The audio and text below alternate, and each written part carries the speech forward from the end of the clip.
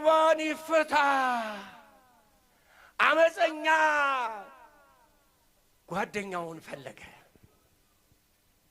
አመፀኛው ዓለም ነፍሰ ገዳዩ ዓለም ነፍሰ ገዳዩን መረጠ፣ ጓደኛውን አዳነ።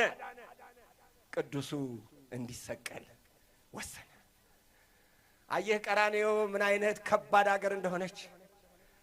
ቀራንዮ በዓለም ላይ እውነት የተረገጠባት የፍርድ አደባባይ ናት። ቀራንዮ በምድር ላይ በሰው ፊት ንጹህ፣ በእግዚአብሔር ፊት ንጹህ የሆነ ቅዱስ የሆነን አሳልፋ ለሞት የተሰጠባት አደባባይ ናት ቀራንዮ። ዛሬም ዓለም ቀራንዮ ናት። ዛሬም ስንት ንጹሃን ስንት ቅዱሳን እስካሁን ድረስ አሁን እኔና እናንተ ከዚህ እያለን ስንቶች እንደሚማቅቁ ብናውቅ ምናልባት የምናውቃቸው ሊኖሩ ይችላሉ። ዓለም እንደዚህ ነው። ዓለም እንደዚህ ነው። ጌታን እዚህ በኋላ ያለው ነው የሚሰቀጥጠው። ስለዚህ ምን ይላል መጽሐፉ መሰላችሁ? አሳልፎ ለፈቃዳቸው ሰጣቸው።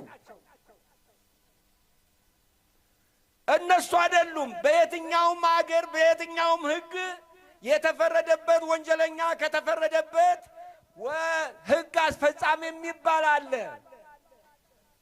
ግድያው እንዴት እንደሚካሄድ ስቅላትም ከሆነ እንዴት እንደሚሰራ አለ ሕግ።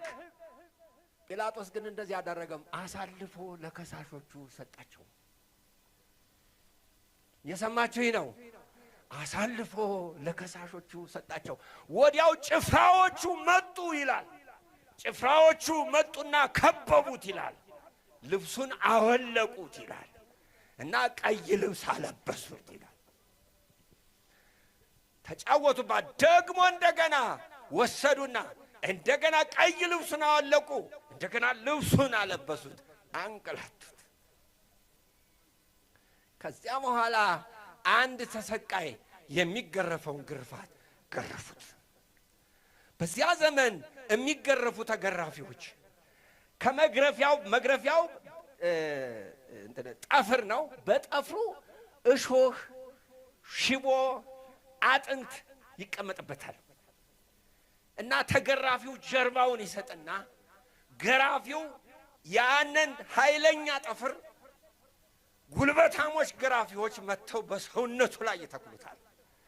ሲነቅለው እሾሁን ይነቅለዋል።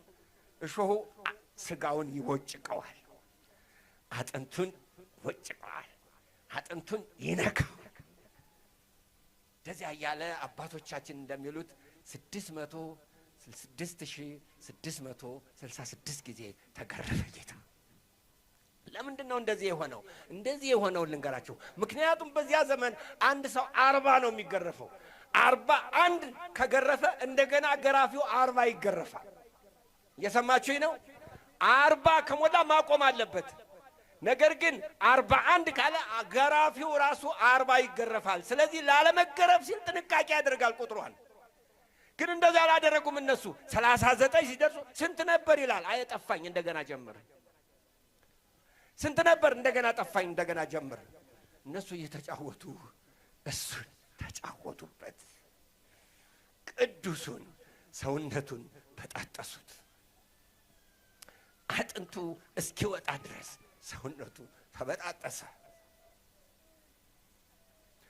አዎ ሰው ጨካኝ ነው፣ እንዲህ ያደርጋል። ዛሬስ እያየን አይደል? እየሰማን አይደል? ሰዎቹን አንገታቸውን ሲያርዱ እያየን አይደል? አይደል? ዛሬም እኮ እያየን ነው። ያ አይደረግም አንልም፣ ምክንያቱም በሀገራችን እያየን ነው። ሰው ሲሰቀል እያየን እኮ ነው። ሲቃጠል እያየን እኮ ነው። አይደረግም።